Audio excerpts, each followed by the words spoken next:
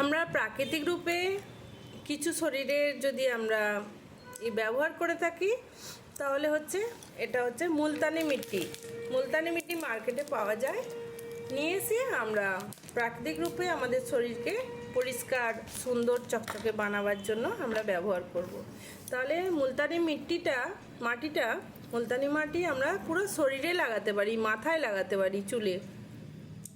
তো মাথা থেকে পা পর্যন্ত সবটাই আমরা ব্যবহার করতে পারি, এতটাই ভালো।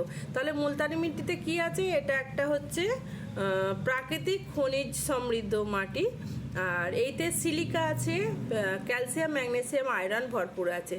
তা বলে এটা আমরা খাবো না, আমরা লাগাবো। তো কিভাবে ব্যবহার করব?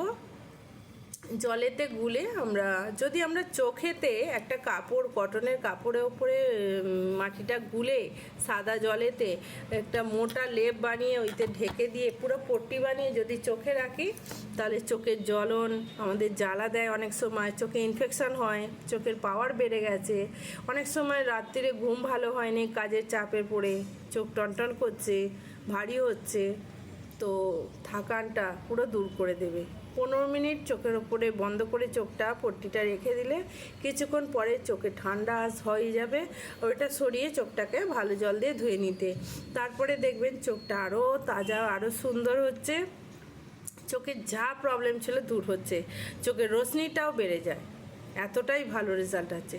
তাহলে এতটাই গুণের, তাহলে আমরা মুলতানি মিট্টির ওপরেও ধ্যান রাখবো।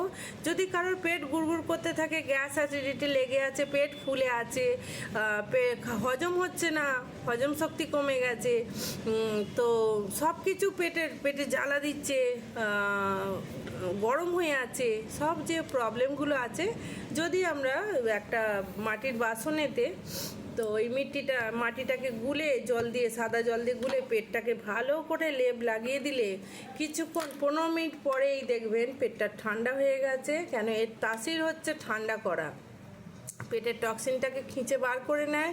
আর মুলতানি মিট্টির গুণ হচ্ছে আমাদের শরীরের গন্দেগি, যেগুলো বিষাক্ত শরীরে গেছে চামড়ার সাহায্যে, ওগুলোকে খিঁচে পুরো তুলে নেয়। এক্সট্রা যে অয়েল আছে ওটার দরকার নেই, সেটা দূষিত পদার্থগুলোকে টেনে মাটিটা নিয়ে নেয়।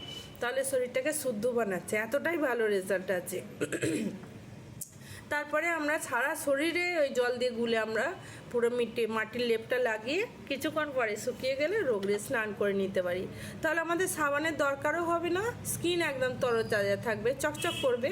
রোদ্দুরের তাপে যেগুলো আছে, অ্যালার্জি খুঁজলি সব ঠিক হয়ে যায়, এতটাই ভালো রেজাল্ট আছে। যদি কিছু পোকামাকড় কামড়ে থাকে, দাগ ধাব্বা সব চলে যাবে, মুখে পিম্পলও, ব্রণও ঠিক হয়ে যাবে, এতটা ভালো রেজাল্ট আছে। তো মুলতানি মিট্টি সবাইকে ব্যবহার করা দরকার, মুলতানি মাটি।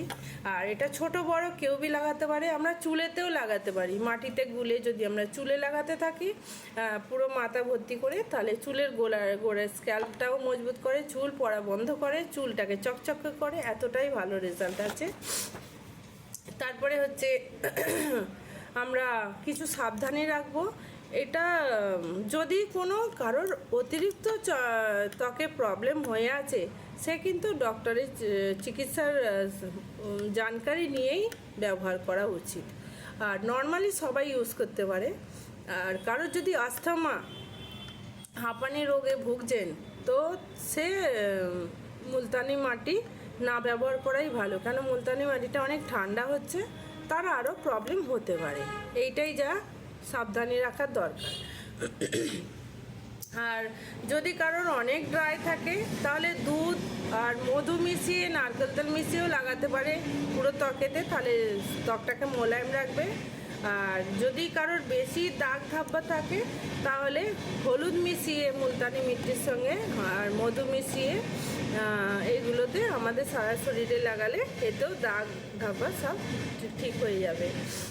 আর অয়েলি স্কিন যদি কারোর বেশি থাকে, তাহলে গোলাপ জল আর লেবু মুলতানি মিট্টির সঙ্গে মিশিয়ে তাহলে লেপটা লাগালে, তাহলে অয়েলি স্কিন থেকে বেশি অয়েলটাকে খিঁচে বার করে নেয়।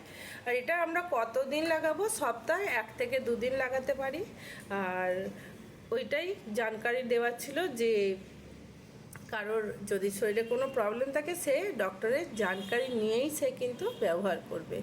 এতটাই গুণের, এতটাই আমাদের ছোটো ছোটো জিনিস জানা দরকার। জানে মুলতানি মাটি ভালো, কতটা ভালো জেনে গেলে তাহলে আমরা সবাইকে ব্যবহার করতে পারবো, আর কোনো সাইড এফেক্ট নেই, কেন সবটাই প্রাকৃতিক উপাদান। তাহলে এইটাই আমার জানকারি ছিল। ভিডিও ভালো লাগলে লাইক করবেন, কমেন্ট করবেন, সাবস্ক্রাইব করবেন। কিছু কোয়েশ্চেন থাকলে লিখে পাঠাবেন, আমি উত্তর দেওয়ার চেষ্টা করব। এখনও মতো বিশ্রাম নিচ্ছি। নমস্কার।